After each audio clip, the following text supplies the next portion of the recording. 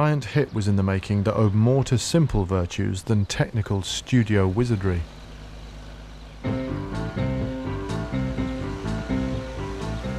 At that time, I wasn't working full-time as a songwriter. I used to work in my dad's grape business. I used to drive around the vineyards and always think about song lyrics.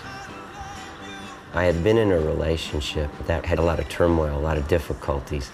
And I remember writing the lines, "I made it through the wilderness, somehow I made it through.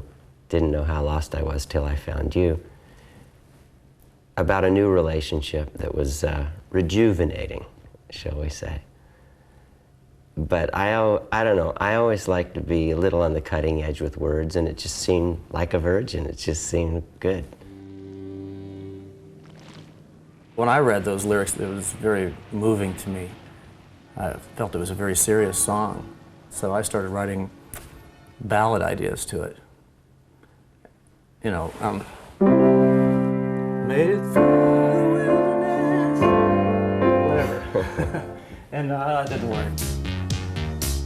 And finally, out of frustration, one day, I started playing the bass line, singing in falsetto.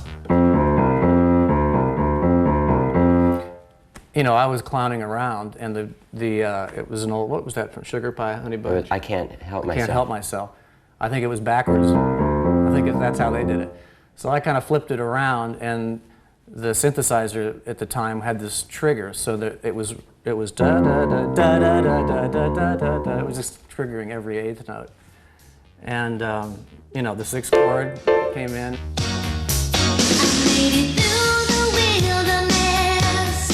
Somehow I made it through. Didn't know how lost I was until I found you. I was beat, incomplete. I've been had, I was sad and blue, but you made me feel. Yeah, you made me feel shiny and new. Like a virgin, touched for the very first time. Like a virgin, when your heart beats next to mine, gonna give you all my love, boy. The very first time I heard Like a Virgin was a demo that Madonna came over to my apartment and played for me. And her exact words were, "Hey, Niall, if you don't like this, I can't work with you." And that cracked me up because I thought to myself, after I listened to it, I thought, well, I sort of like it. I'm not crazy about it, but when we finish it, I'm gonna love it.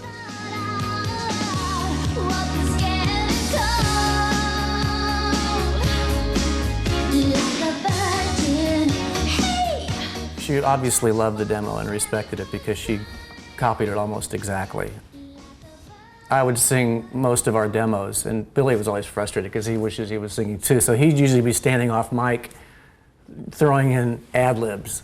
So, you know, when I sang, "Like a Virgin," he'd went, "Hoo!" or something on one of the choruses. And it obviously struck Madonna's ear. She changed it to, "Like a Virgin, hey!" Hey! And even during the solo section, I think. There was in this. I remember. I was. Yeah, it went. No, I did a big.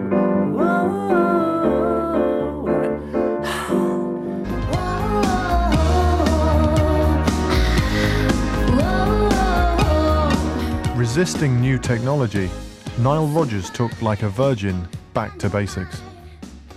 There's no overdubs. There's just the bass, the drums, guitar, keyboard, and one little string overdub. Just that blip, blip.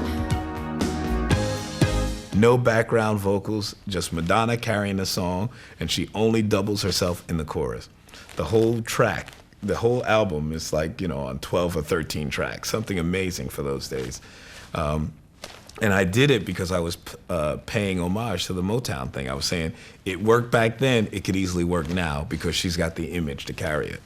We had no idea it would all come together at that point in time with a new artist like Madonna, who was just ready to explode herself. So it was perfect. I mean, most people say, did you write that song for Madonna? Because it seems so custom written. But in fact, it was just our good luck, because people were saying, nobody's going to sing a song called Like a Virgin. But she was the one.